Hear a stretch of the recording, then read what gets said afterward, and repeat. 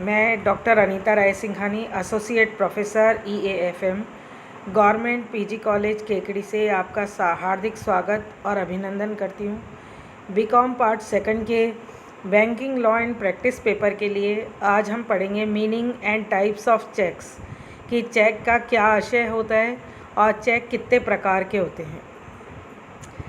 सबसे पहले हम चेक का आशय पढ़ेंगे, meaning of cheque. Cheque bank द्वारा प्रदान की जाने वाली एक सुविधा है जिसके माध्यम से आप बैंक से नकद निकाले पैसों का भुगतान किसी व्यक्ति या संस्था को कर सकते हैं। यह एक शर्त रहित प्रदान किया जाने वाला आज्ञापत्र है जिसमें भुगतान करने वाले व्यक्ति के हस्ताक्षर होते हैं और इसमें लिखित निश्चित राशि को किसी व्यक्ति या संस्था को देने का आदेश देता है। जो व्यक्ति चेक जारी करता है उसे ड्रावर कहा जाता है और जिस व्यक्ति को यह जारी किया जाता है वह ड्रावी कहलाता है। चेक का एक अन्य लाभ यह भी है कि अगर आप कभी भुगतान भविष्य को किसी तिथि पर करना चाहते हैं तो वह भी हम कर सकते हैं। अब इसके बाद आती है कि चेक की क्या परिभाषाएं हैं, definitions of check.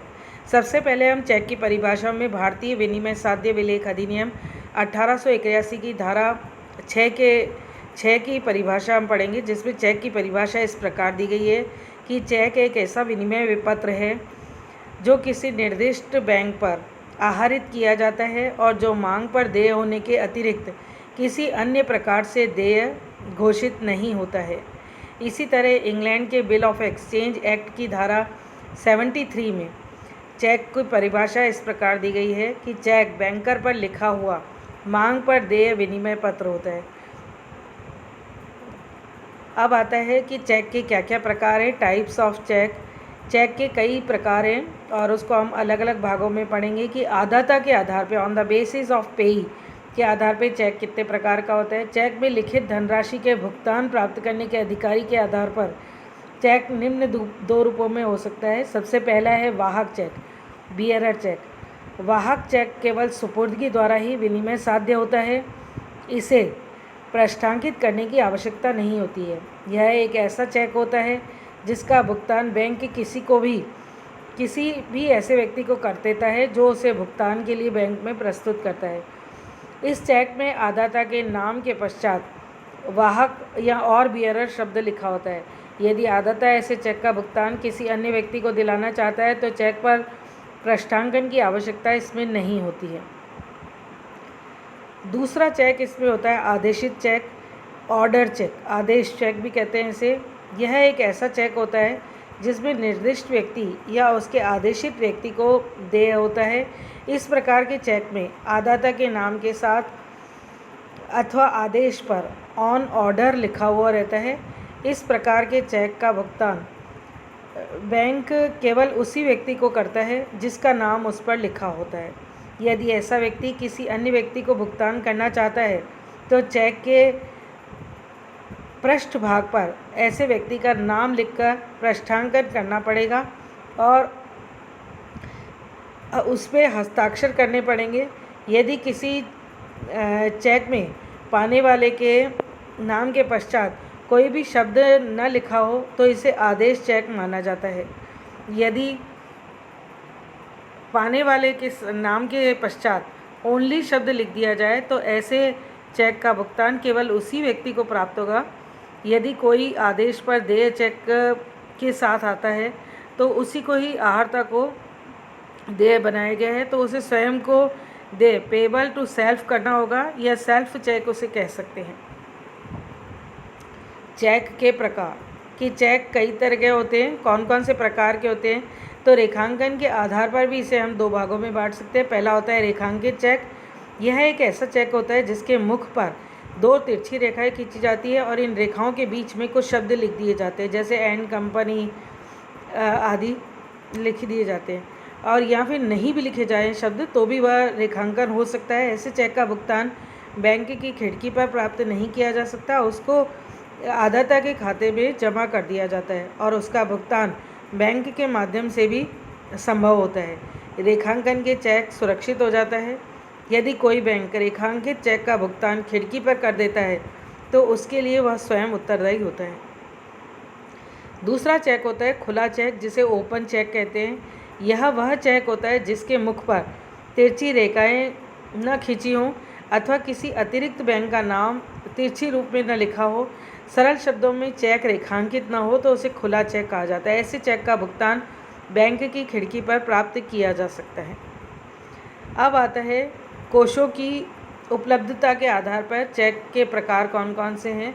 On the basis of availability of funds के आधार पर हम चेकों को कुछ भागों में बांट सकते हैं और इसके भी दो प्रकार हैं। सबसे पहले प्रमाणित या चिन्हित चेक। जब आहर्ता बैंक किसी चेक का भुगतान योग्य घोषित करने की दृष्टि से उसे प्रमाणित या चिन्हित कर देता है तो उसे चिन्हित चेक कहते हैं। ऐसे चेक पर बैंक अपनी मोहर या चिन्ह लगाकर उसकी वैधता को प्रमाणित कर देता है। चेक को चिन्हित करने का विश्वास हो जाता है कि उसके आहर्ता ने उसे सद्भावनापूर्वक पर्याप्त कोषों के आधार पर निर्गमित किया है। इससे चेक की साख और विनिमय साध्यता दोनों बढ़ जाती है। आहर्ती बैंक चेक को निम्न 3 परिस्थितियों में चिन्हित करता है। एक तो आहर्ता की आज्ञा पे उसे चिन्हित कर सकता है, धारक की प्रार्थना होने पर भी उसे चिन्हित कर सकता है और संग्रहणकर्ता बैंक की प्रार्थना पर भी इसे चिन्हित किया जा सकता है। दूसरा इसमें आता है अशोध्य या दूषित चेक। इसे बैड चेक्स के नाम से भी जानते हैं। ऐसा चेक जो अन्य सब के पूर्ण होते हुए भी भुगतान के अयोग्य हो अशोध्य चेक कहलाता है। यदि चेक उत्तर दिनांकित पोस्ट डेटेड नहीं है तो निम्नांकित परिस्थितियों में निर्गमित चेक को दूषित माना जाएगा। जैसे आहर्ता के खाते में कोष न होने पर या अपर्याप्त कोष होने पर भी क्या होता है, बैड चेक के नाम से जाना जाता है। खाता निरस्त हो जाए या खाते पर कुर्की आदेश लग जाए। इसी तरीके से आहर्ता के खाते में चेक का कोई संबंध न होने पर या आहर्ता के दिवालिया हो जाने पर किसी ऐसे व्यक्ति को चेक निर्गमित कर देना जिससे उसे दिवालिये की जानकारी नहीं थी या चेक निर्गमित कर देने के पश्चात उसके भुगतान को अनुचित ढंग से रोक देना और उसे अनुचित रूप से निरस्त कर देना आदि भी जो है बैड चेक की श्रेणी में आते हैं। अब इसके बाद अगला चेक आता है निर्माण के आधार पर, on the basis of making. निर्माण के आधार पर भी चेक के कई रूप देखने के मिलते हैं। सबसे पहले आता है कोरा चेक, जिसे ब्लैंक चेक के नाम से जाना जाता है। यह एक ऐसा चेक होता है जिसमें रकम लिखने के साथ भरे छोड़कर शेष स्थान भरे हुए होते हैं। कभी कभी आहर्ता के हस्ताक्षर के अतिरिक्त कुछ भी भरा हुआ नहीं होता है, कुछ भी लिखा हुआ नहीं होता है। ऐसे चेक का धारक स्वयं अपनी इच्छा के अनुसार रकम भर लेता है और निर्दिष्ट बैंक से उसे भुना लेता है। आहर्ता ऐसा चेक अपने अत्यंत विश्वास पात्र व्यक्तियों को ही निर्गमित करता है। इसी तरीके से अगला चेक है पूर्व दिनांकित चेक। यदि चेक में उसके निर्गमन करने की तिथि से पहले की कोई तिथि अंकित कर दी जाती है उसे पूर्व तिथीय चेक कहा जाता है। ऐसे चेकों का निर्गमन पर कोई कानूनी प्रतिबंध नहीं है। इसी तरीके से उत्तर दिनांकी चेक भी होते हैं जिसे हम पोस्ट डेटेड चेक्स के नाम से जानते हैं कि यदि किसी चेक पर उसके निर्गमन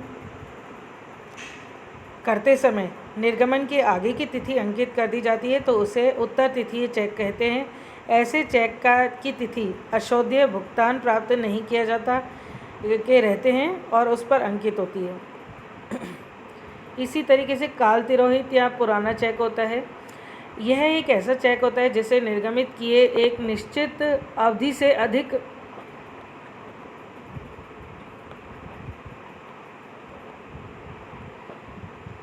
अधिक समय हो गया हो। यह एक ऐसा चेक होता है, पुराना चेक जिसे हम कहते हैं, यह एक ऐसा चेक होता है जिसे निर्गमित किए एक निश्चित अवधि से अधिक समय हो गया हो अथवा जिसे निर्धारित अवधि में भुगतान हेतु बैंक के सम्मुख प्रस्तुत नहीं किया गया हो। विनिमय साध्य विलेख अधिनियम में बैंक में भुगतान हेतु चेक प्रस्तुत करने की ऐसी कोई अवधि निर्धारित नहीं की गई है। इसी तरीके से व्यवहार में बैंक 3 माह से अधिक पुराने चेकों का भुगतान करने के लिए मना कर देता है।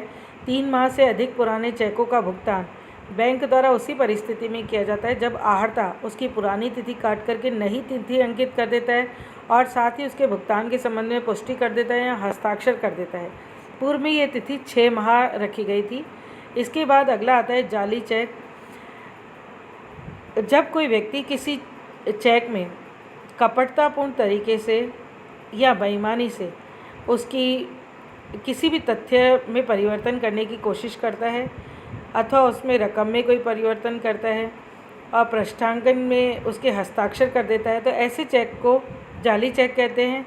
और यह बैंक की चेक यह चेक अवैध माना जाता है, तो बैंक ऐसे चेकों का भुगतान नहीं करता। विकृत चेक का आशय ऐसा है कि अगर कोई चेक कोई कटा फटा हो या सिकुड़ गया हो या पुराना या गंदा हो गया हो या फेड हो गया हो, उस पर अक्षर ही मिट गए हों, तो ऐसे या टुकड़ों को जोड़ जोड़ करके उसे प्रस्तुत किया गया हो, तो ऐसा चेक विकृत चेक कहलाता है। और बैंकर ऐसे चेक के भुगतान के लिए मना कर देता है। तो ये कुछ तरीके थे कि कौन कौन से प्रकार के चेक्स हो सकते हैं। तो विभिन्न चेकों के लिए जो है बैंक के नियम हैं और उसके हिसाब से ही भुगतान किया जाता है। धन्यवाद। थैंक्स।